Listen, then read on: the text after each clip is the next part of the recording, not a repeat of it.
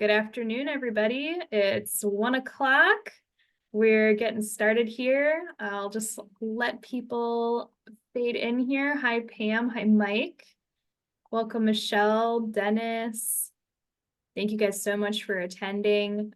This webinar is going to be a little shorter than what we usually do. Ken is being ruthlessly efficient with getting information out to you guys. So we're thinking we're not going to take up the whole hour. So congrats on getting maybe a couple more minutes back in your workday. So without further ado, let me address some of our housekeeping items before we start the webinar here with Ken. So just so that everyone's aware, we are recording this webinar, which means that we can share it after the webinar has been finished. And that means you can also share it with any of your colleagues as well. It also will include a link to the recording and the presentation slides when you get an email. If you have any questions during the webinar, you can type them into the Q&A, which should be on the lower side of your Zoom. You can also use the chat feature. We can see both of those. We ask that you keep a lot of your questions for the end, simply because a lot of times Ken might answer it as the presentation continues. But if there's something you'd like to ask, don't be afraid to ask. This is a very casual webinar today where we have a lot of time dedicated to answering your questions. So without further ado, Ken is going to take over. He hates when I read his bio, so I am just saying that Ken is an amazing risk control consultant with over 20 years of experience, and he is a wealth of knowledge, and we're very grateful to have him. So welcome, Ken. All right, thank you, and good afternoon, everybody. So this webinar today was requested by several clients and several of our producers as well, because we get a lot of questions from clients about does it make any sense to install these? Is there any cost benefit? Are there insurance premium ramifications to putting these things in? So we're going to take a dive into some of the telematics that we can install in our fleets, and whether or not there's paybacks and what companies need to do if they get them. And we're just going to try to give you a little idea of some of the options that are out there as well. So I made a point to put the date in there today because this stuff is changing regularly. 15 years ago, there were drive cameras or dashboard cameras that you could get, and a lot of them just looked forward. They changed to forward and rearward facing, several years ago. The last few years, putting the AI technology into it has been more common. So we'll talk about some of the options that are out there for different types of camera systems, GPS, telematics as well. Those are the two main types. There are some things with ELDs are technically considered a type of telematics, and there's a few other things that can be considered telematics, but those are really the two that we're talking about here today. We'll talk about the potential paybacks on those, and then because it's going to throw a bunch of different data at you when you start getting notifications, what are we going to do with that, and what type of policies and programs should you have in place behind the scenes, if you will. So why would we even think about doing this? I guess probably the biggest reason, auto premiums have been going through the roof lately. Personal auto, company auto, doesn't really matter. Premiums have been increasing steadily over the last few years, thanks to a lot of the cost of purchasing parts and new vehicles, as well as the nuclear verdicts that companies have been getting into. And things like telematics and dashboard cameras and the GPS systems, they can have an impact on those premiums. I did not say it would stop them from increasing, but maybe we can slow that increase, or at least make it a little less painful. And then the other reason is they are effective. And I threw the 80-20 rule up here, and there's different options or different definitions to what that means to a lot of people. But I'm going to steal a statistic that Acuity Insurance shared with me a while back. And their statistic was that 80% of truck accidents are the fault of other vehicles, not the driver of the actual truck. So when we talk about commercial fleets or commercial motor vehicles, 80% of the accidents that we see trucks getting into are from some other driver's fault. And if you're driving down busy road, say the Beltline in Madison here, and you end up sideswiping a vehicle, and it becomes a finger pointing game and a he said, she said, and something like a dash camera can actually show that our driver did not leave his lane of traffic until after the collision. So that they can help with that 80% of the time that our vehicles are not at fault in these accidents. The other one that comes to mind a lot is a vehicle pulls out in front of us, or sometimes a vehicle will cut off one of our drivers on the interstate or somewheres, and then hit the brakes or brake check somebody. And things like a dashboard camera can have a big impact in proving that our driver was not at fault and pointing the finger back to the other party. Doesn't always mean that the other party had insurance like they're supposed to, but at least it kind of clears our name a little bit in this process.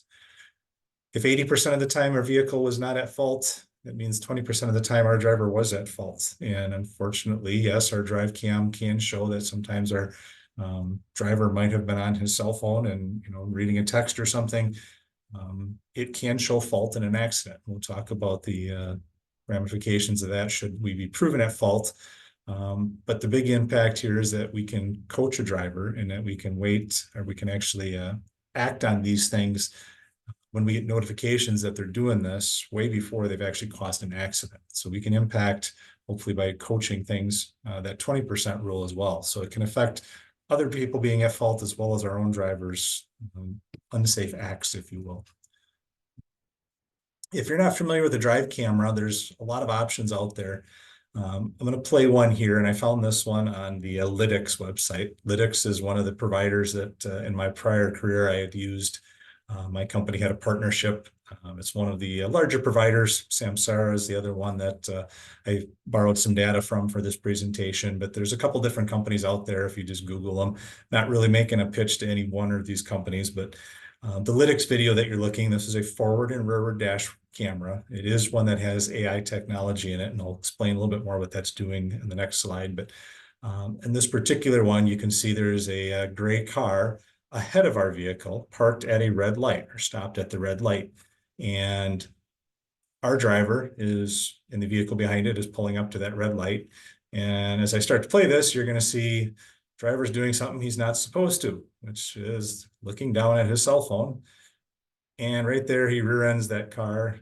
You can see the load shifts in the back seat of his car. And play that one more time. But this is very typical of what you get with dash cams. Is it will record typically a few seconds of the footage before an impact or some type of triggering event, and then a few seconds after the event. So it's not necessarily a real-time look at everything this driver is doing all day long. However, the AI technology is, and we'll chat about that a little bit more. But in this particular case, we're looking at an accident that was our driver's fault. We rear-ended somebody. We were on our cell phone, which is a violation of commercial motor vehicle law. It would probably not bode well for the insurance claim to have this dash cam in this video, but it is proving this. And if we could have fought this or found this cell phone usage, we could have maybe coached this driver earlier on in this process. So that's just one little example of one of the dash cam videos. In my career, I've seen quite a few accidents that have been proven to be our fault, as well as substantial ones, and to the tune of, I know of at least 2 claims that could have easily been well over $1 million because of 2 vehicles that one was a head-on collision, and it proved that our driver did not change lanes. And that's huge. And there's always going to be a little finger pointing in those situations. And the camera went a long ways to prove this.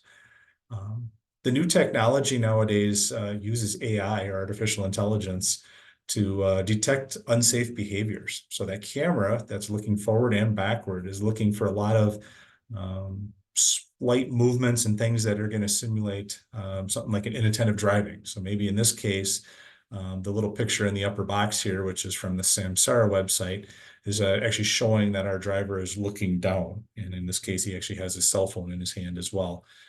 Someone will actually identify the act of holding a cell phone up. So it will capture multiple different things, and it can actually send an alert to not just the cab, but it'll send an alert to the administrator for that company and tell them that your driver was just captured on AI doing something like this. So you'll get a little video clip like the one we just looked at, hopefully not with an accident in the process, but it will send you that link to show you that there was some type of a coachable moment here. And again, what they're looking at is varying, and it's probably getting better all the time, but it can look at things like inattentive driving, if it's a driver who's slouching or not looking in his mirrors and just not paying attention.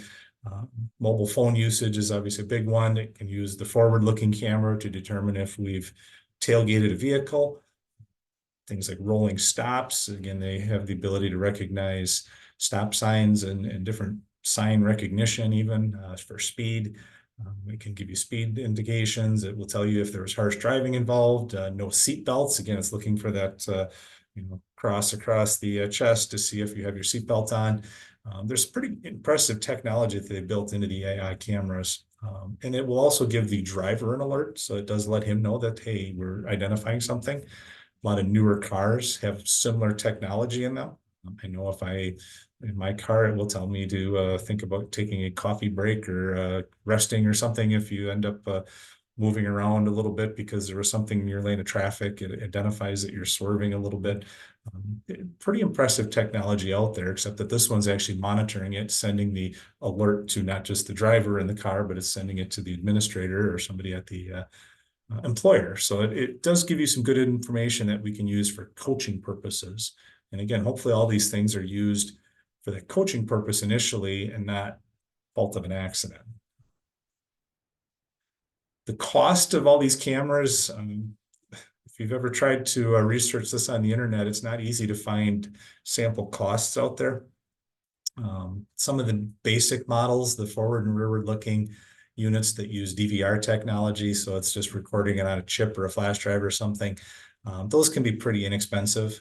We're talking probably $40. Some of them just stick to the dash and there's really not much for installation on them. Some of them might plug into a cigarette plug or a USB plug for charging it.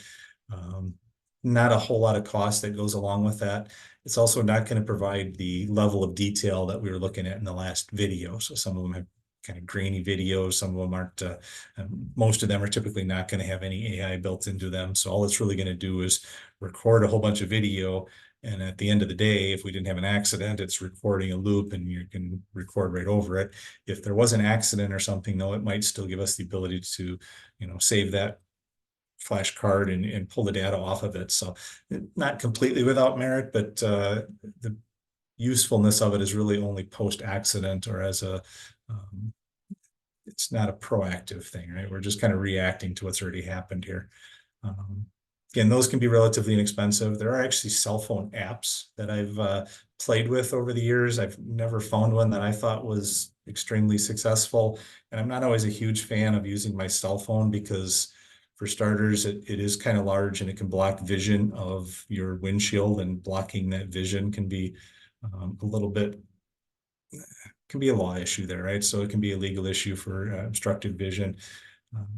The other part of, and probably my biggest issue, was I never found a mount that was good enough to keep it from being real shaky video. So it was always tough to see anything that was happening in it. Maybe there's some better ones out there. You may have some technology. Again, it's going to do a similar process though to our DVR thing where it's looping over itself, and unless we save it, the video is going to be gone. So really the bang for the buck if you're trying to get something out of your camera systems is to have the next option, which is the forward and rearward looking cameras that are monitored, as well as having the AI technology in there. Again, cost on those, I've seen estimates online that are anywhere from 200 to 600. I have one client that has a fleet of about 100 trucks on the road. They pay about $400 per unit for their vehicles or their cameras, which are through one of the companies I've already mentioned. And then on top of that, you have to pay to have it installed or have your own fleet of mechanics install these cameras in your vehicles. So there's a little cost to the installation on top of that. And then you're going to have a monitoring fee. And again, somewhere's around in the vicinity of that $400 a year. So for 10 vehicle fleet, you're going to talk about $4,000 to buy all the cameras, and then maybe another $4,000 a year to monitor it for all 10 of your vehicles. So can be some cost associated with that, and that doesn't include the install. But then the other part of that is a lot of the monitoring fees also cover their coaching fees. So when you're starting to get notifications that one of your drivers was distracted or doing something, there's usually a coaching video or online training that they can take to help coach their habits and hopefully get them away from doing those bad habits in the future. We all know how hard it is to hire drivers right now. And if we can hire a driver that's maybe had a few issues, but coach them away from those issues, it's a win-win for everybody involved. And that can save you the more than the $4,000 that it costs to monitor these things. Um, the other types of cameras, typically referred to as like a 360-degree camera. Typically is going to be involved with installing it in the front, rears, and both sides of the vehicles, a lot of times on the mirrors. So it's monitoring all four sides of your cameras. Big part of those is it gives you theft detection. So if somebody breaks into your vehicle and steals something out of it, there's cameras that can capture the images of who is doing it. We can also capture if somebody rear-ends your vehicle and takes off. Maybe we can capture some of the data of, what vehicle it was their license plate. A lot of these cameras will also have the ability to detect motion should somebody, rear-end our vehicle in the middle of the night while it's parked out in front of our house and takes off. And again, we can actually have video then that shows who did the hit and run on our vehicle, and there's potentially now some avenues for subrogating our claims. So it can have an impact on the claims. The 360-degree cameras, again, one of the benefits of those is if you have a vehicle that does not have a backup camera, it can actually have a little screen in the dash that allows you to view those cameras as well. So when it goes into reverse, if you're trying to see how close you're getting to something behind it, it does give you a little bit of a safety factor for backing accidents, or in the front for pulling up to it, or even on the sides for your blind side when you're backing into a loading dock or something. So there are some benefits to those. Most of those are typically just going to be a DVR based cameras and not monitored. This installation is always going to be a little tricky, especially if you're talking about things like dump trucks that have a lot of dust associated with them. The cameras are going to get hard to see out of, so they're not always perfect in certain applications. Things like semi-trailers and stuff, it takes a fair amount of wiring to get the cameras back there. Some of them can be wireless cameras nowadays, but again, they're going to have a battery that needs to be maintained or somehow wired into the trailer lights or something on the vehicle. So there's a lot of options out there. And again, this stuff's changing regularly as we keep inventing new technology out there. So there's some pros and cons to the drive cameras, especially. Drive cameras, probably one of the biggest pros is that it can be a great source of evidence in the event of an accident. And if our vehicles are not at fault in about 80% of our accidents, that camera footage can help push more of that liability back to the at-fault parties. Again, sometimes there's joint liability for an accident just because you were in that vicinity. Two cars collide on that changing lanes. It's always a gray area though. And if our vehicle can be shown that it never changed lanes, it was stayed in its lane, it's great evidence in those situations to prove that our driver was not at fault. That should, in theory, point the picture to the next one, which is that insurance companies are always looking for the safest companies to insure. You want an insurance company to compete for your business and view you as best in class. And if you're not, you're probably going to see those rates increasing a little bit more. And something like a drive camera or GPS units that we'll talk about can kind of help paint that picture to an underwriter or prospective insurance carrier that our claims history in the past isn't going to be as bad as it was because we've added this new technology and we're doing things about it. And then again, there's also the theft deterrent and backup aids with the 360 camera. So there are some pros to putting these things in. And then I did try to pull out a few of the cons to this too. So just for you to think about, yes, a drive camera can also show that our driver was at fault, like that one with the delivery driver in the second slide.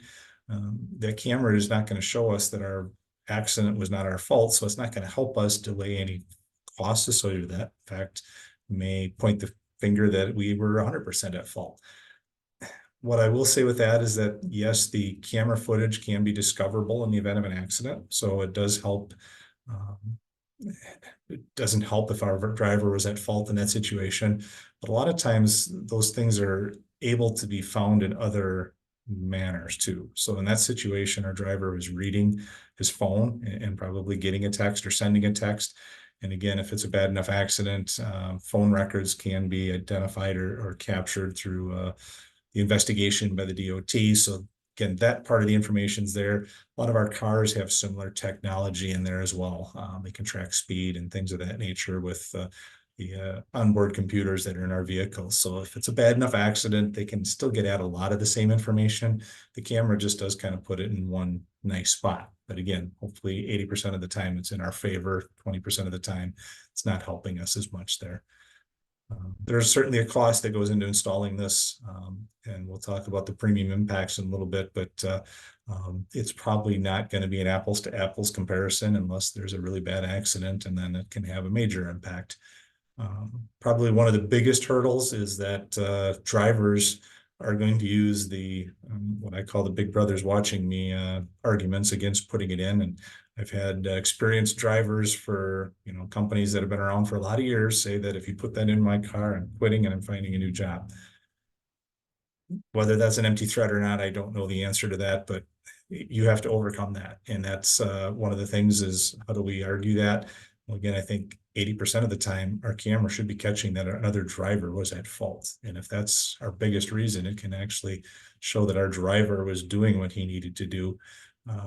I was involved with one large claim that could have easily been well over $1 million. It took a athlete out of his career, actually, professional athlete, and our driver was shown on video coming to a stop, looking left and right before pulling into the intersection, and a car at a high rate of speed is all of a sudden appears out of nowhere and collides with our semi. And had we not had that camera, our driver would have probably had easily 50% of the fault in that claim. Our drive camera actually eliminated much of the liability in that situation. So it can be hard to always remain uniform and do the enforcement on that, especially if you have an experienced driver that maybe is, peeking at his phone a little too much, or maybe he's one of your best salespeople that's in his personal or his company car. Maybe it's one of your better foremen if you're a construction company, and they're speeding a little bit at the end of the day. And their argument's always going to be that, well, everybody on the belt line was doing 70 miles an hour. I was just keeping up with the flow of traffic. And it can be a little hard sometimes to remain uniform in that. And again, your policy has to be uniform in its enforcement if you're going to do that. And I think one of the other cons, and again, it can be overcome, but we can defeat this technology too. So there are ways around a lot of this technology, whether it's something like, changing the angle of the camera so that it's not capturing my face, or doing some things that, trying to do a little peek of my phone at an angle where you didn't notice that I just did that. There are ways that you can get around this stuff. And I wouldn't hope that a lot of drivers are doing that. But again, it's better than nothing here, right? So there are some pros and cons to this stuff. The next option that we cover is the GPS tracking. GPS tracking initially started out as like a load jack device that used to be for theft deterrent only, and it started getting into more for asset tracking. So yes, we can still use it for the tracking of stolen equipment, but we can also use it for keeping tabs on our vehicles. Where's our delivery fleets? Where are our trucks at? Are they? And then they also have alerts to them. So they can, GPS technology will have alerts for things like hard braking and acceleration and sharp turns and other types of things, and speed. They also have the ability to set geofences. So if I have a vehicle that's expected to be in Dane County, I can maybe draw a 50-mile radius around my home shop. And when it leaves there, I've got to question why they're, traveling out of this area. Maybe it's certain roads that have load limits on them yet that we don't want our drivers on this time of year. We can do something before hopefully they get in trouble for being on a road they're not supposed to be on, or something with a low bridge for our delivery drivers, or whatever it might be. There are some pretty neat technologies that go along with that. But it is not going to be as effective as the dash cam with AI that also is, by the way, going to have that GPS technology built into it. So when you get that dash video, it is going to show the speed they were driving. So there's no argument that I was stopped at a stoplight while I was on my phone. But it will give you that data as to where they were, what their speed was. It does help in that situation.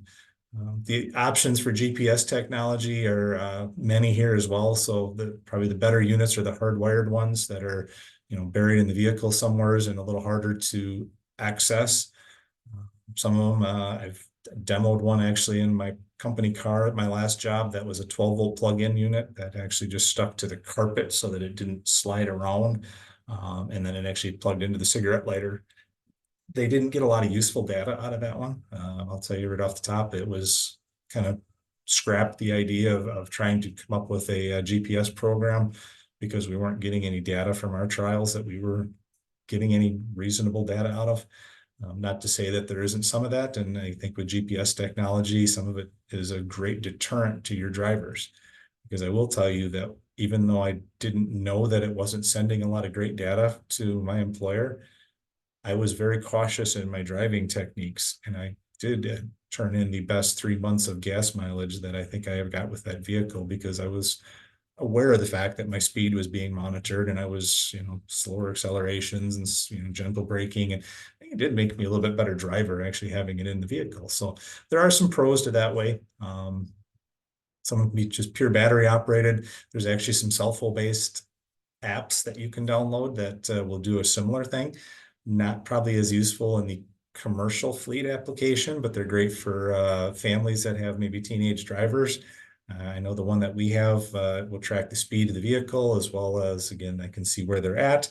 Again, they can stop sharing their location, and it does defeat the app pretty easily, but we get notifications that they stopped their sharing, and now they've got some explaining to do as well. So the cost in those, again, you can get free units for the cell phone apps, all the way up to the units that are $25 to $100 per unit that you have to pay to install yet.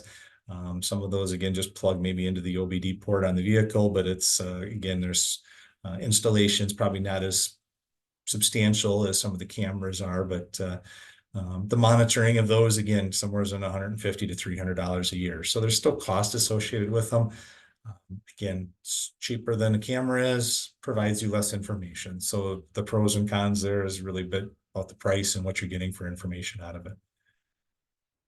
So the $1 million question that we always get asked is, are there going to be premium savings if we put this in our fleet?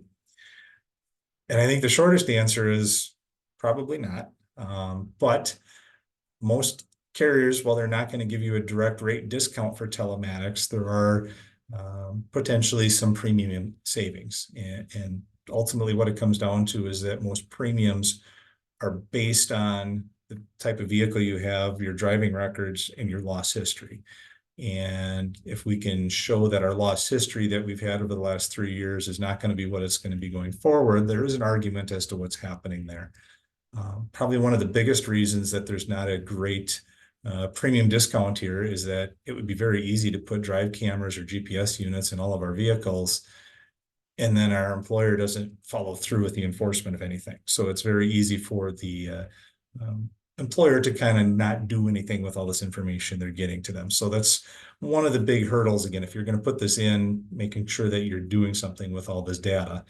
And that's coming up on our next slide here. But when I look at the claims, though, I was amazed at how hard it was to find statistics that show all the different types of accidents, so that we could try to take a look at whether or not a drive camera or a GPS type unit can have an impact on our claims. What I did find was a bunch of different sites that I could find how many accidents were from distracted driving, and they would use fatal accidents, and how many of those were from speeding and cell phone use and alcohol impairment. But it didn't come up with a one-stop shop that showed me where all of the different types of accidents and what they were attributed to. It's probably out there somewhere, as I was just not able to find it.